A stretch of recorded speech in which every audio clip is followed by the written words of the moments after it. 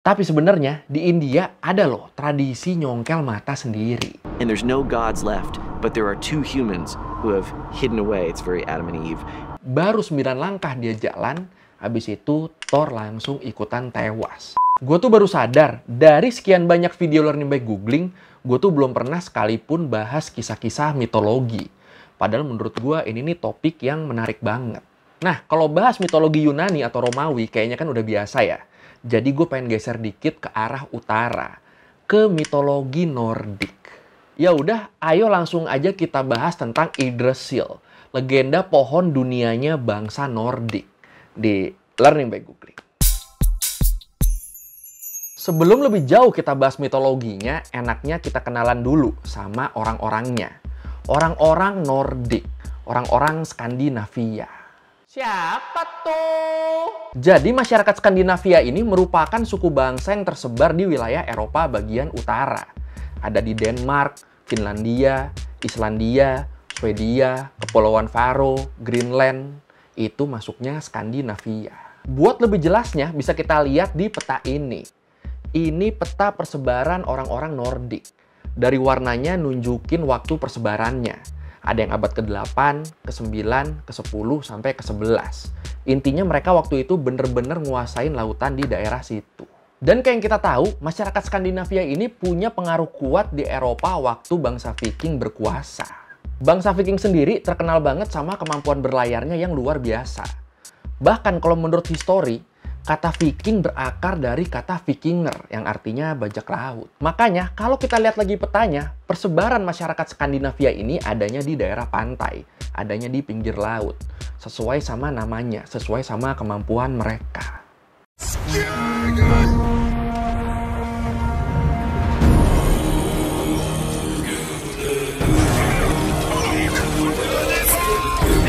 Nah, tiap bangsa di satu peradaban pasti mereka punya kepercayaannya masing-masing. Dan kalau bangsa Viking, mereka punya kepercayaan yang politeistik. Mereka percaya sama dewa-dewi. Sama kayak orang-orang Yunani kuno, sama kayak orang-orang Romawi kuno. Nah, uniknya, di kepercayaan bangsa Skandinavia ini, di mitologi Nordik ini, terdapat 2 ras dewa yang berbeda. Ini nanti bakal kita bahas ini. Terus selain itu di mitologi Nordik juga dikenal Nine Realms atau 9 dunia yang masing-masing dunianya punya rasnya sendiri-sendiri. Ini yang ngikutin Thor harusnya tahu nih sama Nine Realms ini ya. Kok bisa ada 9 dunia? Ini semua nyambung ke konsep kosmologi mereka. Jadi di mitologi Nordik mereka percaya kalau alam semesta ini ditopang sama sebuah pohon raksasa. Pohon raksasa yang bernama Yggdrasil. Kalau menurut Britannica, Yggdrasil sendiri bisa diartiin sebagai kuda tumpangan Jaeger. Jaeger ini adalah nama lain dari The Allfather, Odin, bokapnya para dewa. Atau orang-orang taunya biasanya bokapnya Thor. Nah, dalam mitologi Nordik, Yggdrasil ini punya 9 cabang yang ngebentuk 9 dunia. Dan dia punya 3 akar yang terhubung ke 3 sumur. Ini kelihatan kan ya di gambarnya ya? Oke, kalau gitu ayo kita bahas satu-satu dunianya. Pertama, Muspelheim. Dunia yang isinya lava dan gunung berapi. Orang-orang Nordik nih percaya kalau Muspelheim ini adalah dunia pertama yang tercipta. Nah, Muspelheim ini dihuni sama para Fire Giants. Dan dipimpin sama Surtur. Fire Giants yang paling kuat. Iya bener, Surtur ini yang dikalahin Thor di awal film Thor Ragnarok. Habis itu yang kedua, ada Niflheim, dunia yang dipenuhi oleh es dan kabut. Nah, Niflheim ini juga jadi salah satu dunia yang muncul di awal penciptaan, bareng Muspelheim tadi. Niflheim ini juga jadi tempat munculnya Ymir, raksasa yang jadi makhluk pertama yang muncul di dunia. Terus di salah satu sisi Niflheim, ada satu tempat yang dikenal dengan nama Hel, ruang gelap yang dipimpin sama Hel, Dewi Kematian, anak dari Loki. Niflheim. Not sure why anyone would want to come here, but here we are. It smells bad. Lanjut, abis itu ada dunianya para dewa. Dan kayak yang gue bilang di awal, masyarakat Nordik ini percaya sama 2 ras dewa. Dan 2 ras dewa ini juga tinggal di 2 dunia yang berbeda. Apa bedanya? Oke, kita bahas yang pertama dulu.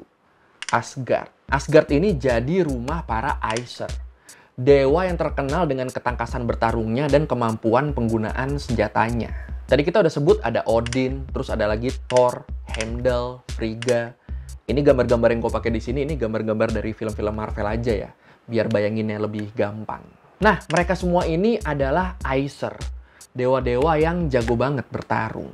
Oh iya, Asgard juga jadi tempatnya Valhalla, aula besar untuk para pejuang yang udah mati. Tempat mereka berkumpul sebelum menuju surga. Ini kalau nggak salah dulu Valhalla ini pernah gue bahas. Lanjut, dunia selanjutnya adalah Vanaheim, dunianya para Vanir. Vanir ini adalah dewa-dewa Nordik yang berkuasa atas kesuburan, kebijaksanaan, dan ramalan. Jadi, nggak kayak Aesir yang punya kekuatan fisik besar, para Vanir ini menggunakan kekuatan sihir kuno sebagai senjata utama mereka. Jadi itu ya, dua ras di kepercayaan Nordik, di mitologi Nordik. Aesir sama Vanir. Nah, yang menarik lagi nih, dua ras dewa ini pernah terlibat perang besar.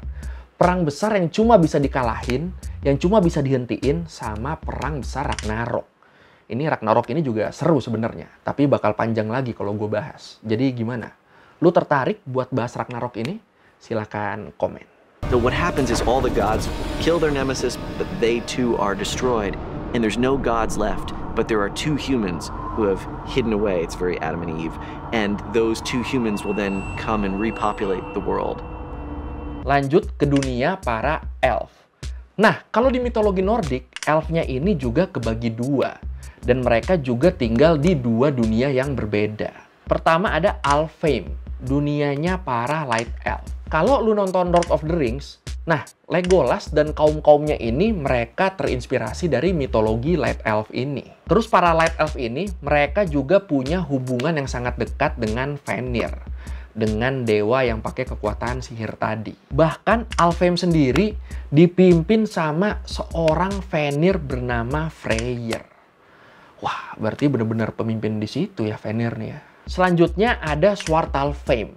Dunianya para Black Elf atau Dark Elf. Tadi Light Elf, sekarang Dark Elf. Nah, ini gue sebenarnya penasaran.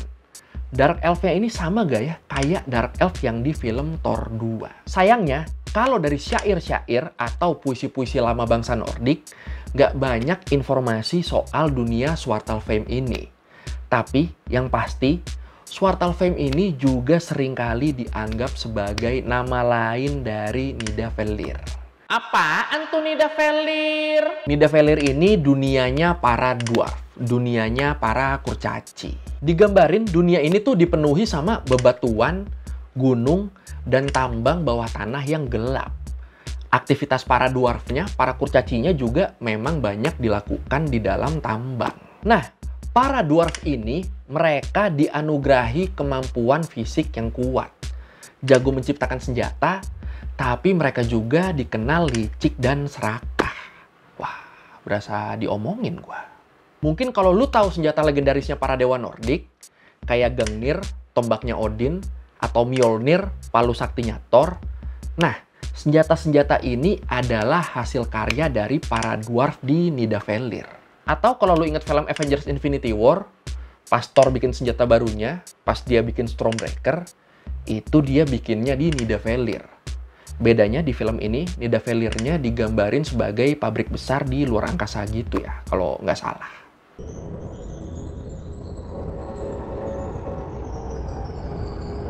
Lanjut ke Jotunheim. Dunianya para Jotun. Dunianya para raksasa dan para Frost Giant. Jotun tuh bukannya merek cat ya? Nah, di Jotunheim ini ada sebuah sumur yang jadi sumber air buat Yggdrasil. Sumur yang jadi tempat Odin kehilangan satu matanya. Kalau lu inget kan, nggak di film nggak di mana, Odin selalu digambarin cuma punya satu mata. Emang matanya kenapa? Jadi ceritanya, ada satu waktu di mana Odin butuh buat ngedapetin pengetahuan tentang masa depan dan kebijaksanaan tertinggi.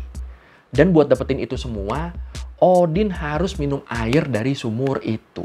Nah, kebetulan sumur ini nih dijaga sama Mimir, salah satu dewa Aesir yang paling bijaksana. Terus akhirnya Pas Odin mau minum air di sumur itu, Mimir bilang kalau Odin harus merelakan satu matanya.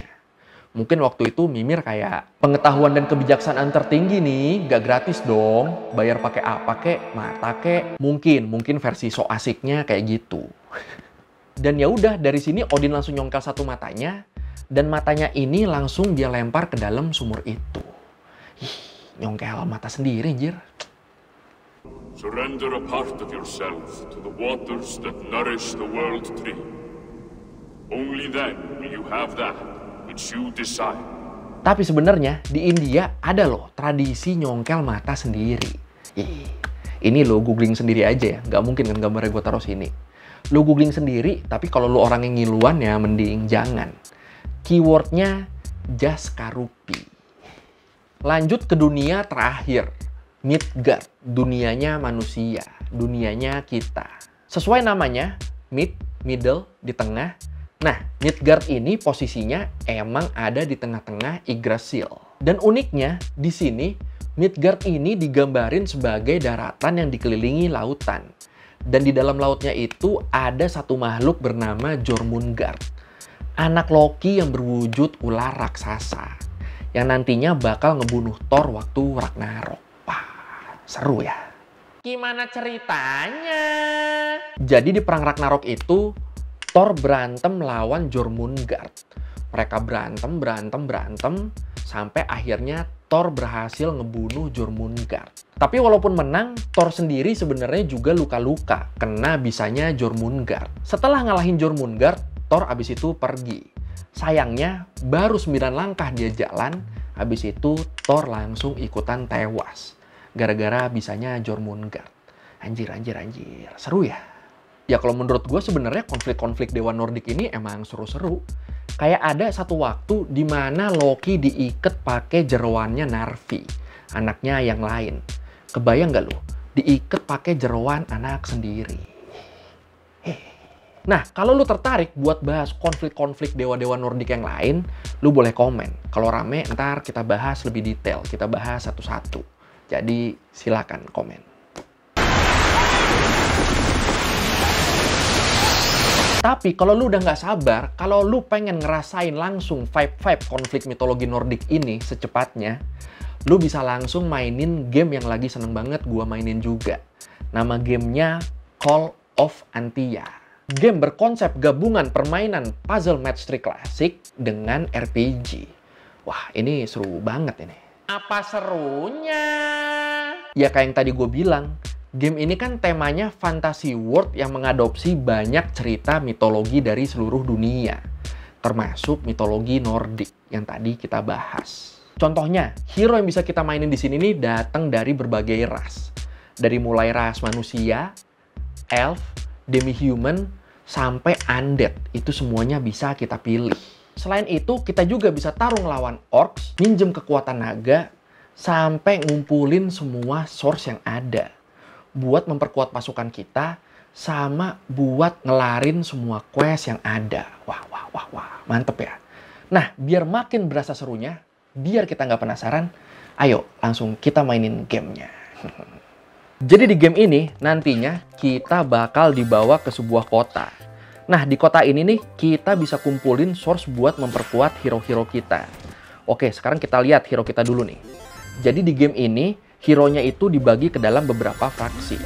Punya rank berdasarkan jumlah bintang, dan masing-masing punya satu kekuatan dan 5 elemen. Wah, ini udah keren banget ya segini ya. Di sini kita juga bisa naikin level hero kita dan memperkuat skillnya. Nah, ini nih kita langsung masuk aja ke campaign nih. Kalau lu udah pilih campaign, terus lu bakal langsung diarahin buat milih 5 hero yang bakal lu bawa ke stage. Plus pilih satu naga buat bantuin. Mantep nih, ada naganya nih. Oke nih, kita langsung masuk aja. Nah, kalau lu ngerasa bosen main sendiri, lu bisa pindah mode. Lu bisa pilih beberapa mode lainnya. Kayak Alliance Wars, One versus One Battle, dan Fallen Titan. Dan yang lebih mantap nih, khusus buat lu yang nonton video ini, kalau lu udah download gamenya, jangan lupa masukin redeem code spesial dari gua. Caranya, lu masuk ke profile lu, ke player profile, pilih setting, terus pilih redemption code. Habis itu lu tinggal ketik sepulang sekolah. Habis itu langsung klik confirm. Udah, gitu doang caranya. Mantep kan? Apalagi sekarang bakal ada event spesial menyambut Tahun Baru Cina. Bakal ada hero baru kayak yang kita lihat nih, Wukong, dan ada item-item spesial lainnya. Mantep banget ini, gila. Jadi tunggu apa lagi? Download Call of Entia di App Store dan Play Store sekarang juga. Kalau udah download, kita aliansi ya.